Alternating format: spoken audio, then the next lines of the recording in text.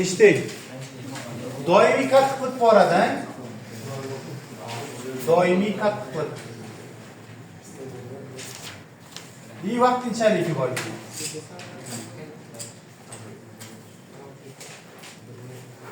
Doimiy qattiqlik bor, и vaqtinchalik qattiqlik bor. Vaqtinchalik qattiqlik tarkibida qaysi yo'llar bo'ladi? Gidrokarbonat iyoni bor. Kalsiy gidrokarbonat va magniy gidrokarbonat bo'ladi. Vaqtinchalik qattiqlikda, ya'ni mana bunday deb yozaveradi. Kalsiy gidrokarbonat va magniy gidrokarbonat. To'g'rimi? Bu qattiqlik vaqtinchalik qattiqlik suvni qaynatgan vaqtda yo'qoladi.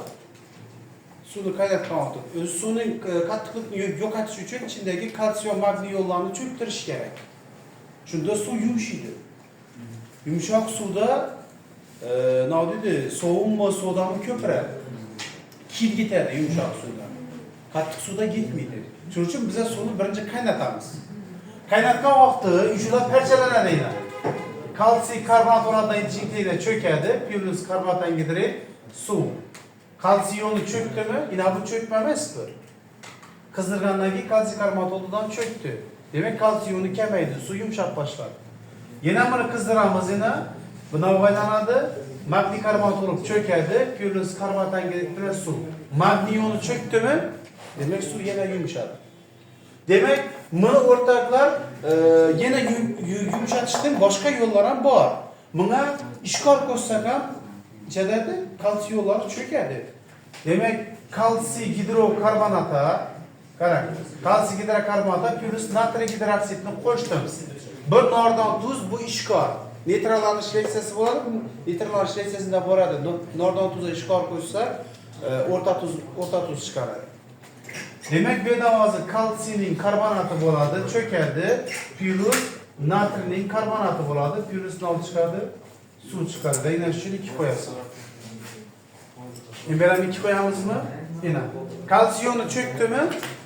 Suv yumshaydi. Bir olimpiadada shu savol tushadi. Vaqtinchalik qattiqlikni yo'qotish uchun nimalardan foydalanamiz degan savol tushadi. Tushunarlimi? Demak, kalsiy magniy cho'kdi, demak suv chakdi, yumshadi.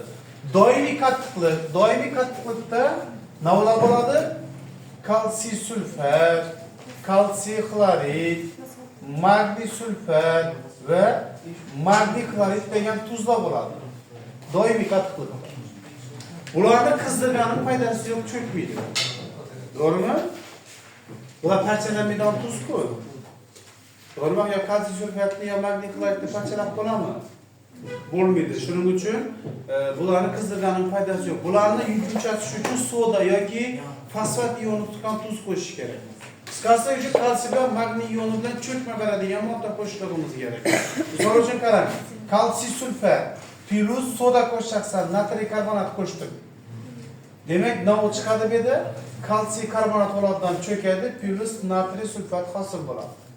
Yoki bo'lmasam shuna fosfat qo'shib, yana kalsiy sulfata plus natriy 3,4 qo'shadigan bo'lsam, kalsiy 3,4 cho'kadi. To'g'rimi? Cho'kadi, plus natriyning navsi hosil bo'ladi, sulfat hosil bo'ladi. 3 2 3 qo'ysam reaksiya tengiladi. Tushunarlimi? Magniy bilan ham xuddi shunday reaksiya berib, magniy fosfat, magniy karbonat cho'kadi. Tushunarli ha? Vaqtinchalik qattiqlik qachon yo'qoladi desa, qizdirilganda yoki ishkor qo'shganda yo'qoladi. Doimiy qattiqlik esa soda qo'shganda yoki fosfat iyoni tutgan tuz qo'shganda doimiy qattiqlik yo'qoladi ekan. Tushunarlimi? Endi qarang, qattiqlikni topchakmiz. Jat topamiz. 1 litr suv uchun topiladi.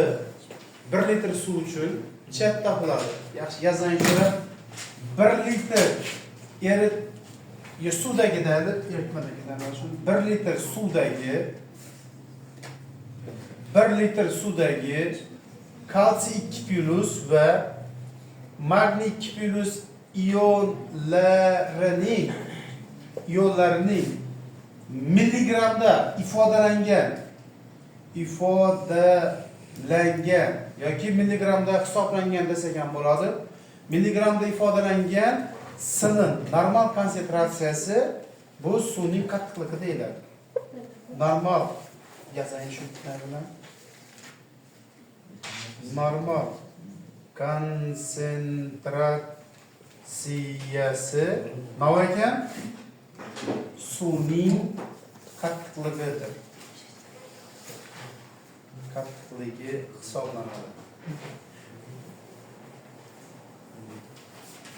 Demak, ishlatish kerak ekan 1 litr suvdagi kalsiy yoki magniy plus ionlarini milligramdagi normal konsentratsiyasini topsak, shu suvning qattiqligi hisoblanadi ekan.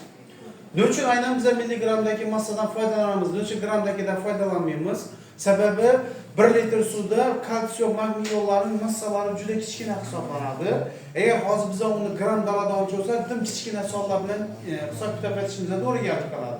Shuning uchun novda olingan bu milligramda olingan hisoblanadi. Misol uchun o'zimizcha bir savolni tuzamizdan juda hozir masalani yechamiz. Misol uchun 0.4 litr H2O da 0.4 litr H2O da kalsiy sulfatning molyar massasicha shunga to'g'rilab olamiz. Molyar massasi 132 mi? 136 bo'lsa 2 ga ko'paytirsak 272 mi? Shunda 27.2 qarang. Milligram ishi bo'ladigancha bo'lsa, kalsiy sulfat bo'ladigancha bo'lsa, suvning qattiqligini topib bering deb savol tushdi bizga. Demak, shunday milligramda deb berdi. Ba'zi masalalarda gramda beradi, sen uni milligramga aylantirasan.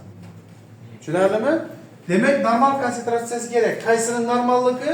Agar kalsiy bo'lsa, kalsiyning normalligini topamiz, magniy bo'lsa, magniyniki, ikkisidan bo'lsa, har birining normal topib ko'rsak ham bo'ladi. Xo'p, qarang endi. Demak, kalsiy sulfatdagi kalsiy ionini o'tib olamiz 2+. Demak, 136 dedingizlarmi? 136 gramida 40 gram bormi? To'g'rimi? Bizlarda 27.2 dan necha bor? 2 soatdan necha gram chiqadi? 8 milligram chiqadi. Demak, bizlara normallik kerak. Normal topishligimiz uchun n ekvivalentni nima bo'ladi biz? Hajmga bo'ladi. Ekvivalent mol kerak. Ekvivalent molni topish uchun esa birinchi n ekvivalent topishimiz uchun biza massani nima bo'lishimiz kerak? Ekvivalentga bo'lishimiz kerak. Shunda milligramga qo'yamiz, mana bu. Bu formulani o'rtaga ikkisini birlashtirsak ham bo'ladi. Hozircha birlashtirmay topib beraman, keyin ikkisini birlashtiramiz. Xo'p, birinchi ekvivalent molni topamiz, n ekvivalent kalsiynikini topamiz. Xo'p, imuniki ichadi massasi 8 mi? Ekvivalentda kalsiy ekvivalenti 20 likini bilamiz axir. Bo'lsak 0.4 ekvivalent mol oldimi? Apparib bera qo'yaman endi, sen topadan bo'lsak 0.4 ni hajmcha deyman. 0.4 ta bo'lsak bu 1 suvning qattiqligi 1 chiqadi ekan. Tushunarlimi?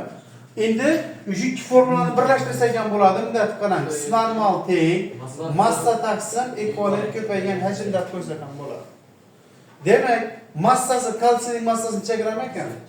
8 gram ekan. Ekvivalenti kalsiynikicha 40.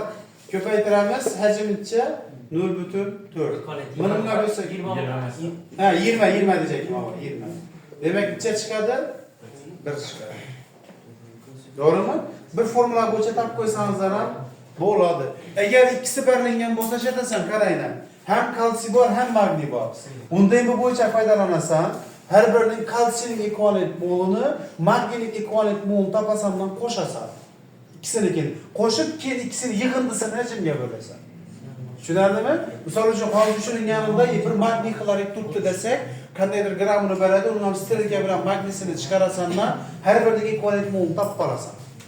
Keyin hajmini bo'lib qo'yib, ekvivalent mollarni qo'shib hajmini bo'lib qo'yasan. Tushunarlimi? Beda o'rtalar bir yeri bor. Ishida hozir men debida kalsiy ionini topib ishladim-ku. Kalsiy ionini topib imonini o'zini qo'yib ishlasak ham chiqadi, to'g'ri. Yana misol uchun normal topadan olsa, imon 27.2 gram edi. 27.2 o'sin ekvivalentini topaman.